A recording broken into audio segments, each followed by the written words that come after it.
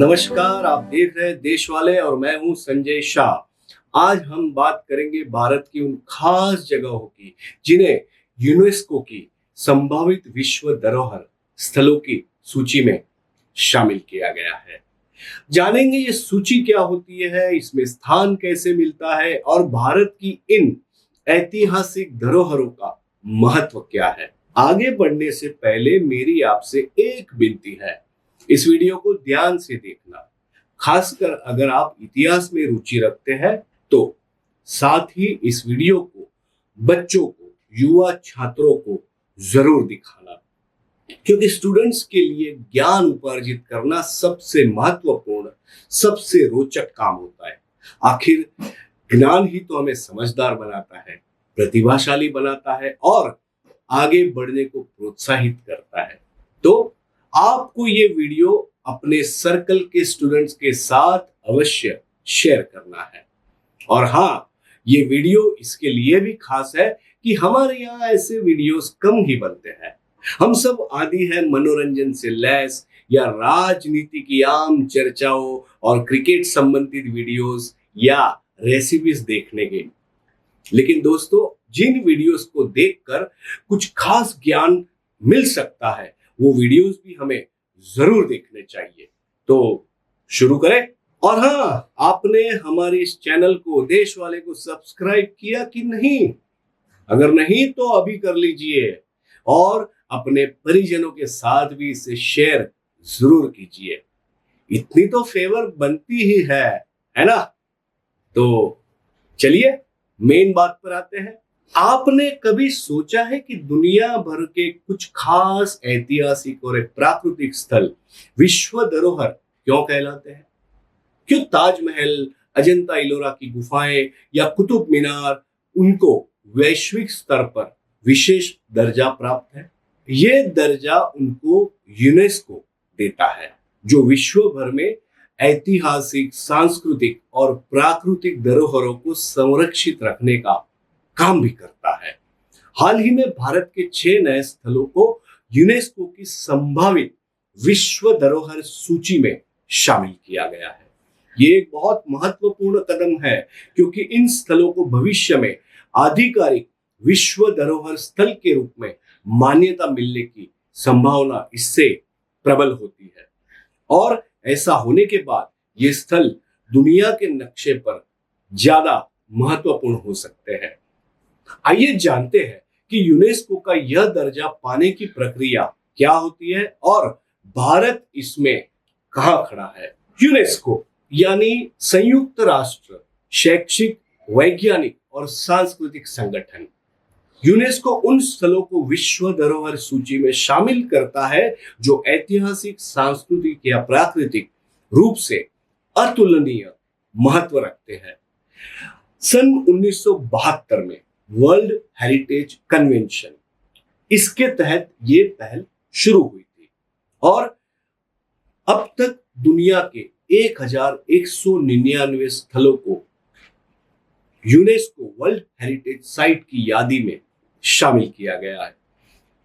इस दर्जे का मकसद इन स्थलों को नष्ट होने से बचाना और आने वाली पीढ़ियों को उन तक पहुंचाना, उनके लिए इन्हें संरक्षित करना है। वैसे इस पहल की शुरुआत होने का कारण 1960 के दशक की एक घटना थी। तब मिस्र के अबू सिम्बल मंदिरों को बचाने के लिए एक अभियान शुरू हुआ था। जब आसवान हाई डैम बनने से वहां के ये प्राचीन मंदिर डूबने की कगार पर थे, तो यूनेस्को ने एक अंतरराष्ट्रीय अभियान चलाया और इन्हें सुरक्षित स्थान पर स्थानांतरित किया। इस सफलता ने पूरी दुनिया को यह सोचने पर मजबूर कर दिया कि ऐसे कई सांस्कृतिक और प्राकृतिक धरोहरों को संरक्षण की जरूरत है। तो वहां से यह सिलसिला शुरू हुआ जो आज तक चल रहा है। अब आज की बात, किसी भी स्थल को यूनेस्को की सूची में शामिल करने के लिए कुछ महत्वपूर्ण मानदंड होते हैं, जैसे कि ऐतिहासिक या सांस्कृतिक महत्व। जो भी स्थल हो, वो स्थल अतीत की किसी महत्वपूर्ण सभ्यता, कला या परंपरा को दर्शाना चाहिए। दूसरी जरूरत होती है उसका प्राकृतिक सौंदर्य और जैव विविधता। अगर स्थल प्राकृतिक रूप से दुर्लभ और अद्वितीय हो तो उसे भी ये दर्जा प्राप्त हो सकता है। उसी तरह उसका वैश्विक महत्व भी होना चाहिए। उसका प्रभाव स्थानीय से आगे बढ़कर अंतरराष्ट्रीय स्तर तक होना चाहिए और उसका संरक्षण और प्रबंधन, उस स्थल की सुरक्षा और उसके प्रबंधन की प्रभावी योजना भी होनी चाहिए। सवाल यह है कि ये कैसे तय होता है कि कौन सी साइट यूनेस्को की इस लिस्ट में स्थान पाएगी। ये प्रक्रिया आसान नहीं होती। इसके लिए किसी भी स्थल को कई चरणों से गुजरना पड़ता है। वो चरण क्या होते हैं? सबसे पहले प्रारंभिक सूची यानी टेंटेटिव लिस्ट, वो तैयार होती है और उस लिस्ट में इस स्थान को जगह मिलनी चाहिए। अगर जब ये लिस्ट तैयार होती है तो कोई भी देश अपने यहाँ के धरोहर समान स्थलों को यूनेस्को की इस लिस्ट में शामिल करने के लिए उनका नाम प्रस्तावित कर सकता है। ऐसे नामों को जब जोड़ा जाता है फिर उसमें से एक आखिरी टेंटेटिव लिस्ट बनती है। अब आता है नामांकन का काम, और जिस स्थल को भी नामांकित किया जाता है उसके बारे में ऐतिहासिक, भौगोलिक और संरक्षण से जुड़ी विस्तृत जानकारी भी यूनेस्को को दी जाती है। फिर आता है अगला चरण, विशेषज्ञों द्वारा उसका मूल्यांकन।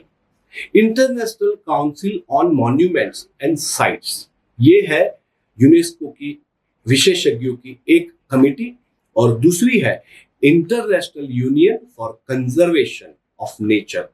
ये दोनों कमेटियों के सामने रखी जाती है टेंटेटिव लिस्ट की पूरी जानकारी। फिर वर्ल्ड हेरिटेज कमेटी भी होती है जो इस लिस्ट में प्रस्तावित सारे स्थलों की समीक्षा करता है। इस कमेटी में 21 देशों के सदस्य हैं और वो तय करते हैं कि टेंटेटिव लिस्ट में से आखिर किन किन स्थलों को हेरिटेज सूची में शामिल किया जाए। और एक बार अगर किसी स्थल को इस सूची से आगे बढ़कर वर्ल्ड हेरिटेज साइट बनने का सम्मान मिलता है तो उसके बाद उस देश की जिम्मेदारी बनती है कि वो उस स्थल की सुरक्षा के लिए, उसके संवर्धन के लिए, उसके संरक्षण के लिए उपयुक्त जिम्मेदारी निभाए। दुनिया के कई देशों में यूनेस्को प्रमाणित वर्ल्ड हेरिटेज साइट्स है। सबसे ज्यादा ऐसी साइट्स इटली और चीन में है। अब बात करते हैं यूनेस्को की लिस्ट में भारत की स्थिति और उपलब्धियों की। वैसे हमारे यहां आज 43 वर्ल्ड हेरिटेज साइट्स है, तो हम कह सकते हैं कि हमारी स्थिति भी इस लिस्ट में काफी मजबूत है। और इन 43 स्थानों में मंदिर, इमारतें, प्राकृतिक संरचनाएं, सांस्कृतिक परंपराएं भी शामिल है। इस लिस्ट में हमारा ताजमहल, खजुराहो के मंदिर, काजीरंगा राष्ट्रीय उद्यान, हम्पी जैसे स्मारक, वैसे कई स्थल शामिल है।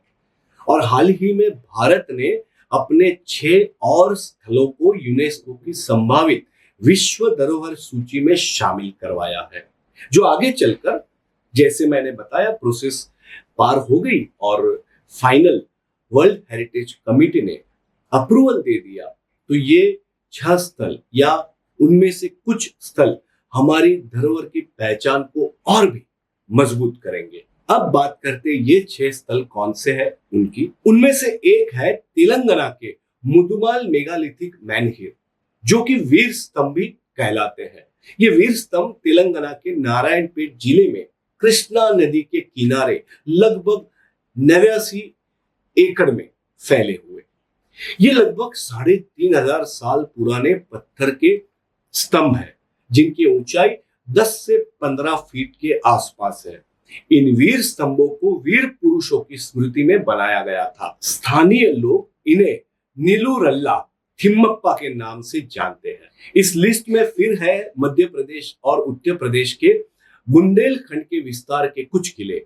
इन किलों में गढ़कुंडार किला, राजा महल, जहांगीर महल, दतिया पैलेस, झांसी किला और दुबिला पैलेस शामिल है।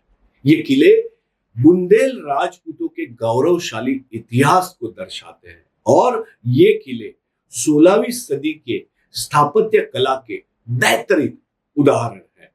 फिर आते हैं कांगेर घाटी राष्ट्रीय उद्यान पर। वो है छत्तीसगढ़ में। राज्य के बस्तर जिले में स्थित ये राष्ट्रीय उद्यान 200 वर्ग किलोमीटर में फैला हुआ है। ये घने जंगलों, दुर्लभ वन्य जीवों और कांगेर नदी के कारण अपनी प्राकृतिक सुंदरता के लिए बहुत प्रसिद्ध है। फिर आता है मध्य प्रदेश में स्थित अशोक के शिलालेखों का नंबर। वैसे तो सम्राट अशोक के शिलालेख देश के अन्य राज्यों में भी है, लेकिन मध्य प्रदेश में स्थित 34 अशोक शिलालेख 3री सदी ईसा पूर्व के हैं, जो सम्राट अशोक की नीतियां और बौद्ध धर्म के संदेशों को दर्शाते हैं। रूपनाथ, गुज्जर, सांची और पंगोरिया के शिलालेख इनमें सबसे प्रमुख है। इसी मध्य प्रदेश में 64 जोगिनी मंदिर भी है। वो है ग्वालियर के पास करीब 40 किलोमीटर आगे मितावली गांव में। ये मंदिर कलचुरी वंश के शासकों द्वारा 10वीं 11वीं शताब्दी में बनाया गया था। माना जाता है कि संसद भवन के हमारे गोलाकार डिजाइन की जो रचना है ना, उसे बनाने की प्रेरणा इसी मंदिर से मिली थी और इस मंदिर को 7100 महादेव मंदिर भी कहा जाता है। और संभवित लिस्ट में आखिर में और एक नाम है, वो भी मध्य प्रदेश से है और वो है गुप्ता कालीन मंदिर। वैसे वो एक मंदिर नहीं है, कई मंदिर है। ग्वालियर, पन्ना, सतना, सागर जिलों में स्थित ये मंदिर भारत के प्राचीन मंदिर स्थापत्य कला का सबसे महत्वपूर्ण हिस्सा माना जाता है। गुप्ता कालीन 20 मंदिरों को इस लिस्ट में शामिल किया गया और उनमें सांची, उदयगिरी, पन्ना, भीतरगांव, देवगढ़, तिगवा, भुमरा, देवरी, राजगीर, रामगढ़ जैसे कई गांवों के मंदिर शामिल है। तो दोस्तों, अब देखना यह है यूनेस्को अपने इस प्रोसेस को पार करते हुए इन 6 जगहों में से किन किन जगहों को विश्व धरोहर सूची में शामिल करता है और हमारे 43 स्थलों में और कितने नए यूनेस्को वर्ल्ड हेरिटेज साइट्स शामिल होते हैं। भारत की सांस्कृतिक और प्राकृतिक धरोहर को विश्व स्तर पर पहचान दिलाने के लिए यूनेस्को की यह सूची बेहद इंपॉर्टेंट है। जब कोई स्थान इस सूची में आता है तो उसके संरक्षण और संवर्धन के प्रयासों को वैश्विक समर्थन भी मिलता है। ये सिर्फ ऐतिहासिक महत्व की बात नहीं है, बल्कि पर्यटन, स्थानीय रोजगार और सांस्कृतिक गौरव भी उनके साथ जुड़े हुए हैं। यदि इन 6 स्थलों को आधिकारिक विश्व धरोहर का दर्जा मिलता है तो दोस्तों भारत के लिए ये बहुत बड़ी उपलब्धि होगी। हमें अपनी धरोहरों के संरक्षण के प्रति जागरूक होने की आवश्यकता है ताकि हमारी आने वाली पीढ़ियों और हमारे बच्चों को भी इनका गौरव अनुभव हो सके। तो ये थी हमारी एक विशेष पेशकश विश्व धरोहर की सूची में शामिल होने वाले प्रस्तावित भारतीय स्थलों के साथ यूनेस्को वर्ल्ड हेरिटेज साइट्स क्या होती है, उसमें किसी स्थल का चयन कैसा होता है, उसके बारे में। अगर आपको हमारे वीडियो पसंद आ रहे हैं, ये वीडियो पसंद आया हो तो हमारी चैनल को जरूर लाइक कीजिएगा, इस वीडियो को लाइक कीजिएगा, हमारी चैनल को अपने परिजनों के साथ शेयर कीजिएगा, सब्सक्राइब कीजिएगा और आपकी टिप्पणियां हमारे कमेंट बॉक्स में जरूर लिखिएगा। तो मिलते हैं फिर इसी तरह के किसी विशेष वीडियो के साथ देश वाले के लिए मैं संजय शाह, आपका धन्यवाद।